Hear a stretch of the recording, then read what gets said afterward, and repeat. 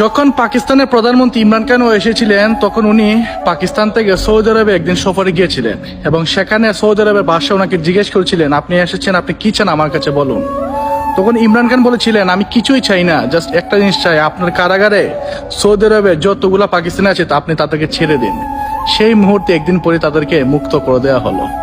তো আমি এখন রিকোয়েস্ট করতেছি আমার দেশের সেই ছাত্র জনতার কাছে, আমি রিকোয়েস্ট করতেছি বাংলাদেশের এখন বর্তমান আইডল আমাদের ডক্টর মোহাম্মদ ইউনূস সাহেবকে, আপনি হচ্ছেন ওয়ার্ল্ডের নেতা, আপনি শুধু একটাবার দুবাইয়ের গভর্নমেন্টকে বলুন, চেষ্টা তো করতে পারেন। ওরা তো আমাদেরই প্রবাসী, ওরা কিন্তু দেশের এই শেখ হাসিনাকে বিদায়ের জন্য তারা লড়াই করে, তারা একটা মিস্টেক করেছে, তারা এখানে যে দুবাই যে ডিসিপ্লিনটাকে এডিট করেছে সেটা আমরা জানি, কিন্তু তারা এত বড় কোনো অপরাধ করেনি যে এটার জন্য তারা সারা জীবন মানে কারাদণ্ড দণ্ডিত করবে। আর আপনারা যদি গভর্নমেন্ট থেকে যদি কিছু একটা করুন তাহলে আমি মনে করি ইনশাল্লাহ সাধারণ ক্ষমা হিসেবে তাদেরকে ক্ষমা করে দিতে পারে। আর ডক্টর ইউনূস যদি বলেন তার চেয়ে বেশি প্রায়োরিটিটা মিলবে আর কি। তো এই জায়গাতে দেখি না, আমরা হচ্ছি প্রবাসী মানুষ, আমাদের রাত্রে ঘুম হয় না ভাই, আমার এই 57টা বাইরের কথা ভেবে। এই 57 জন প্রবাসীর পরিবার কি করছে এখন, তাদের বাবা মা কি করছে?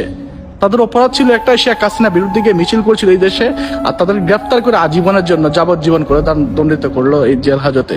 তো এতটুকু বললাম আপনাদের সকলের কাছে, দেশ তো স্বাধীন হয়েছে, একটু চেষ্টা করে দেখুন, আর কিছু বললাম না। আমরা প্রবাসী, আমরা কিছু করতে পারবো না, শুধু আপনাদের পাশে থাকতে হবে। আপনারা দয়া করে এই কাজটা করুন, যতগুলা প্রবাসী যারা জেল হাজতে রয়েছে বিভিন্ন দেশে তাদের ছাড়ানোর একটা ব্যবস্থা করে দিন। আসসালামু আলাইকুম।